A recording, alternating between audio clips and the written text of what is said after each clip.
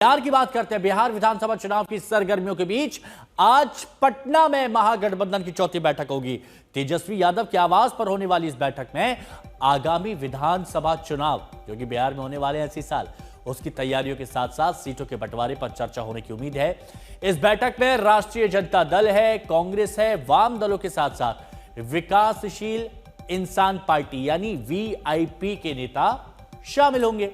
महागठबंधन की ओर से कोऑर्डिनेशन कमेटियों के गठन के बाद यह पहली बैठक है, लिहाजा इसे बहुत अहम माना जा रहा है। हालांकि सबसे बड़ा सवाल तो यह है कि तेजस्वी यादव के नेतृत्व में होने वाली इस बैठक में मुख्यमंत्री पद के उम्मीदवार का मुद्दा सुलझा लिया जाएगा।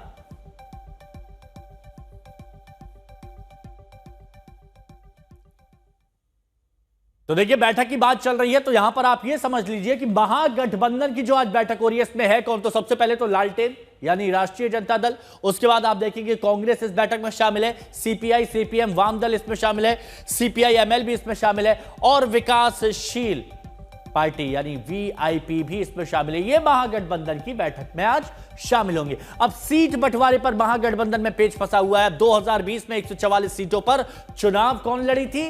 राष्ट्रीय जनता दल।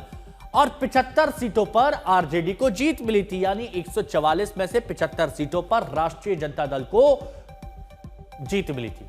कांग्रेस ने क्या किया था? कांग्रेस ने 70 सीटों पर चुनाव लड़ा था, 70 सीटों पर। अब कांग्रेस जीती कितने पर थी? महज 19 सीटों पर जीती थी, यानी आरजेडी 144 में से 70 जीती है। और यहां पर आप देख लीजिए, पिछली बार से ज्यादा सीटें मांगने पर विचार हो सकता है। वाम दलों का भी अधिक सीटों पर दावा होगा। बाकी के दल भी कहेंगे कि हमें भी भाई ज्यादा पार्टी चाहिए, हम छोटे में क्यों माने। वीआईपी की भी ज्यादा सीटों की मांग होगी।